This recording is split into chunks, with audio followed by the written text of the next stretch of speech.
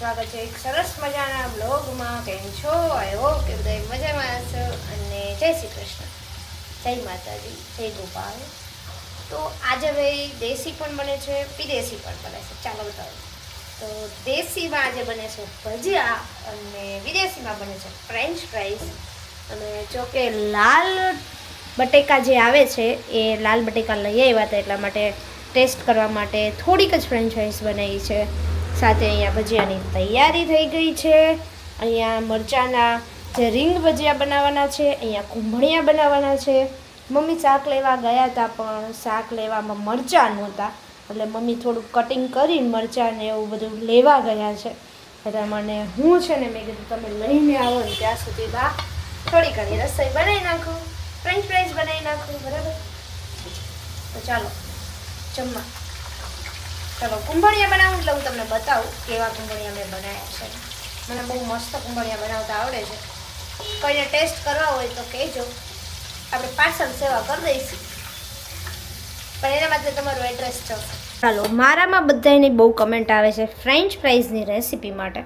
તો ફ્રેન્ચ ફ્રાઈઝમાં એકદમ સિમ્પલ કંઈ છે નહીં. આજે મેં લાલ બટેકાની બનાવી છે, બહુ જ મસ્ત બને છે. લાલ બટેકાને પહેલાં ધોઈ નાખવાના, છાલ ઉતાર્યા વગર, અને ધોઈને પછી આ રીતે કટ કરી લેવાના. કટ કર્યા પછી નહીં ધોવાના, કેમ કે પછી ધોવો ને એટલે તમારે કહીને એની અંદર સ્ટાર્ચ હોય એ જતો રહે, એટલે ક્રિસ્પી ઓછી બને. તો ત્યારબાદ એની અંદર કોર્નફ્લાવર લગાવી અને મીડિયમ તેલ આવ્યું હોય ત્યાં જ આપણે તેલની અંદર એની અંદર એડ કરી દઈશું. તો આપણે અહીંયા ફ્રેન્ચ ફ્રાઈઝ એડ કરતા જઈએ, અને થોડી વાર માટે તો અડવાનું જ નહીં, કેમ કે એની જાતે તળીને ઉપર આવી જશે. તો અહીંયા હું ફ્રેન્ચ ફ્રાઈઝ બનાવું છું ને ત્યાં પપ્પા આવી ગયા છે. પપ્પાને હજી બહુ મોડું થઈ ગયું છે દવા લેવામાં. હા, આવો ડબ્બો તો મેં જોયો છે, ગરમ હશે, ઘરમાં ગરમ ખાવા લાગે છે. તો અમારા ઘરે બે ભાઈઓને છે ને અહીંયા થોડી ખટ્ટી મીઠી એવી હોય ને ચટપટી એવી ભાવે છે ફ્રેન્ચ ફ્રાઈઝ. તો અહીંયા ચટપટી ફ્રેન્ચ ફ્રાઈઝ તૈયાર થઈ ગઈ છે. અને એ મસાલાની અંદર મેં ચાટ મસાલો, થોડોક સંચળ અને મરચું અને બીજું તો શું નાખ્યું, હા જીરું, મરચું અને થોડુંક સંચળ, આ થોડુંક બધું એડ કરીને મસ્ત મિક્સ કરી દીધું છે. અને હવે આ ફ્રેન્ચ ફ્રાઈઝ છે ને આપી દઈએ, એટલે બે ભાઈઓ ખાઈ લઈ થોડું, અને પછી આપણે રસોઈ બનાવવાનું ચાલુ કરી દઈએ. તો શિયાળાના ગરમા ગરમ ભજીયા બનવાના ચાલુ થઈ ગયા છે, અને ફ્રેન્ચ ફ્રાઈઝનો નાસ્તો કરી દીધો છે. તો હવે આપણે મસ્ત મજાના લીલા ભજીયા, લીલા કેમ કે અત્યારે બધું મસ્ત લીલું આવતું હોય, લીલું લસણ, પછી ધાણા, દૂધી. તો કુંભળિયામાં દૂધી છે ને પોચા થાય, એકદમ સરસ થાય, એટલા માટે નાખવાનો. તો ચાલો બધા ભજીયા ખાવા. બતાવી દો મમ્મી બધાને આપણા ભજીયા ગરમા ગરમ. તો આજનો વિડીયો શૂટ ભાઈ મમ્મી કરે છે, મમ્મીને આવડી ગયું છે, પપ્પાને આવડી ગયું છે. તો ગઈકાલના વિડીયોમાં હું તમને મારા વન પીસ છે એ પહેરીને ટ્રાય કરીને નથી બતાવી શકી, કેમ કે ટાઈમ નહોતો મળ્યો એટલા માટે. અને એ જે મેં વન પીસનો એ પથારો જે કર્યો હતો ને, એ પથારો એક સાઈડ મૂકી દીધો હતો ખાલી, હજી બિલકુલ એને વ્યવસ્થિત વાળીને મૂકેલ નથી. તો મેં કીધું ચાલો હવે સાથે ટ્રાય કરી લઈએ, કેમ કે કાલે તો પાર્ટીમાં જવાનું જ છે.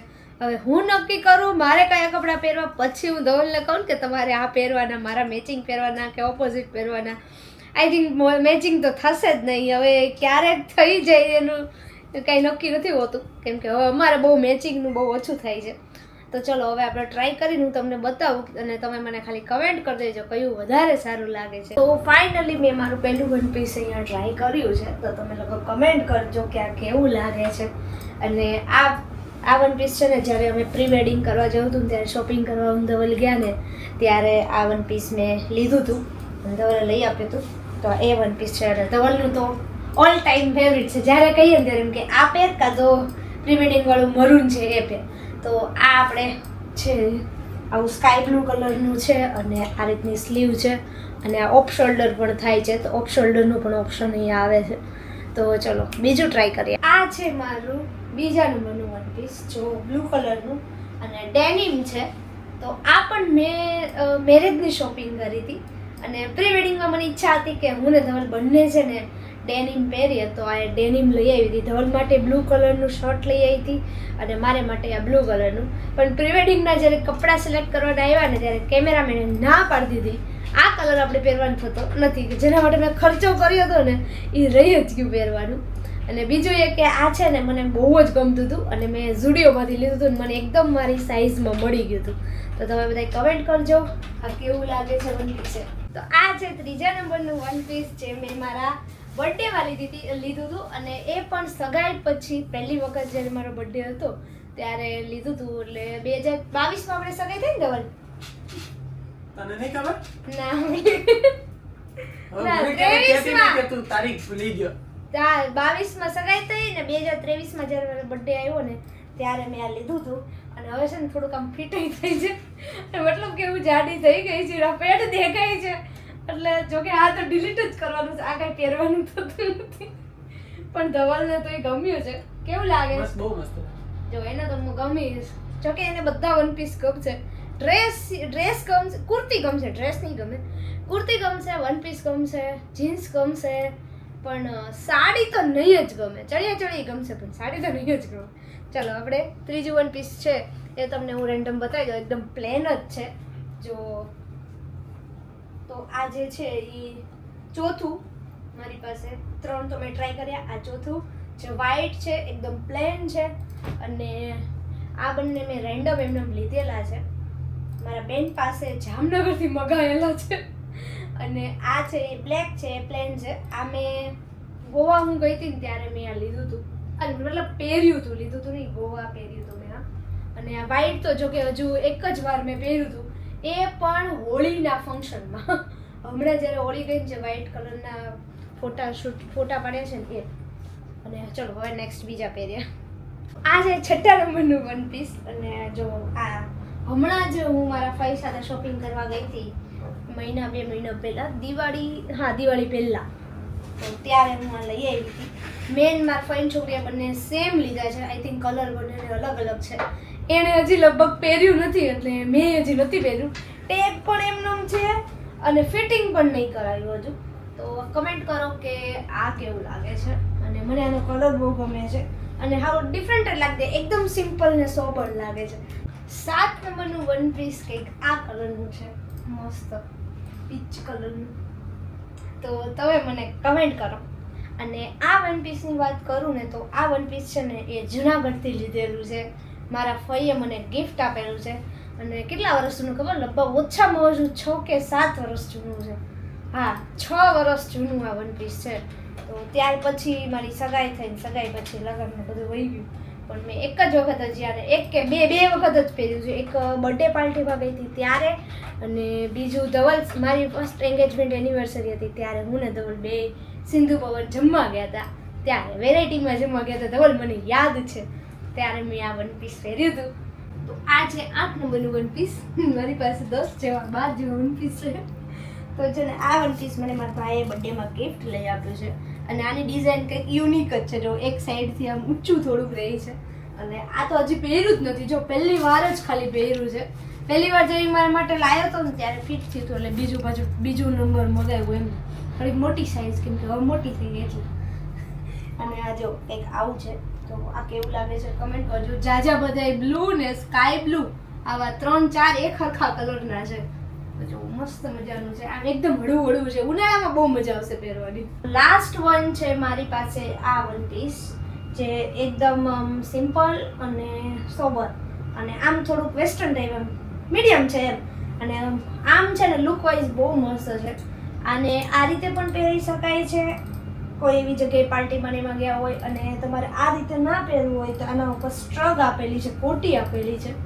તો એ કોટી પહેરીને પણ એનો લુક સારો આવે છે. તો હું તમને બતાવી દઉં. તો આ છે કોટીવાળો લુક. તો તમે ગમે એ પહેરી શકો.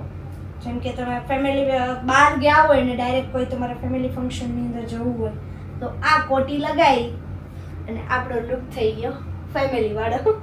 તો તમે આ રીતે ગમે એ કરી શકો છો એમ.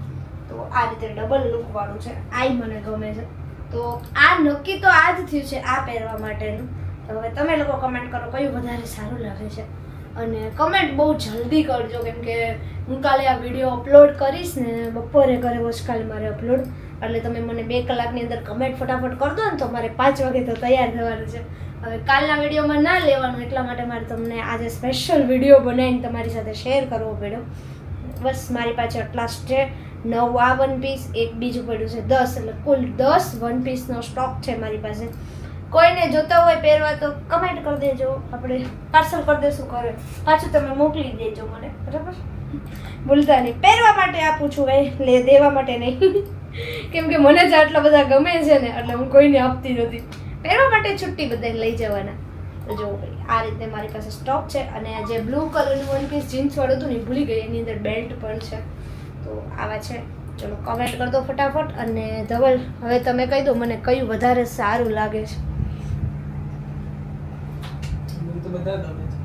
એને તો ભાઈ બધા ગમ્યા છે. તો હવે ફાઇનલ લુક કોને ખબર નહીં હવે હું કરું, અને કોઈ આઈડિયા નથી આવતો. અને જો કે વધારે આ મને પસંદ આવ્યું છે, કેમ કે એ લોકોની જે પાર્ટી છે ને એ પાર્ટીને અકોર્ડિંગ આ સારું જ લાગશે. એકદમ સિમ્પલ સોબર છે. જો કે મને આ દોરી બાંધી નહીં ગમતી, દોરી કાઢી નાખવીશ.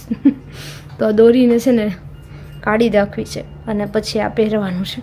તો આવો કંઈક લુક લાગે છે, મસ્ત લાગે છે. તો ચલો મને તો આ ગમ્યું છે. તમે કયું ગમે કમેન્ટ કરો. વિડીયો બનાવીએ ને એટલે જુઓ તમે છે ને, બાકી ઢગલો કરી દીધા ઊંધા બધા વન પીસ. અને આ સ્ટેન્ડ બનાવ્યું હતું મેં, અને ધવલ અહીંયા એનું કામ કરે છે સાઈડમાં. અને હવે મેં કીધું ચલો આપણે 11:30 પોણા 12 વાગી ગયા છે, અને વિડીયોનો આપણે અહીંયા એન્ડ લઈ લઈએ. જો વિડીયો ગમે તો લાઈક કરો, મસ્ત મજાની કમેન્ટ કરો, કયું વન પીસ સારું લાગે છે એ કહો. મળીએ નેક્સ્ટ વિડીયોમાં, એ પણ પાર્ટીવાળા મસ્ત મજાના વિડીયોમાં. અને ત્યાં સુધી ગુડ નાઇટ, બાય બાય, જય શ્રી કૃષ્ણ.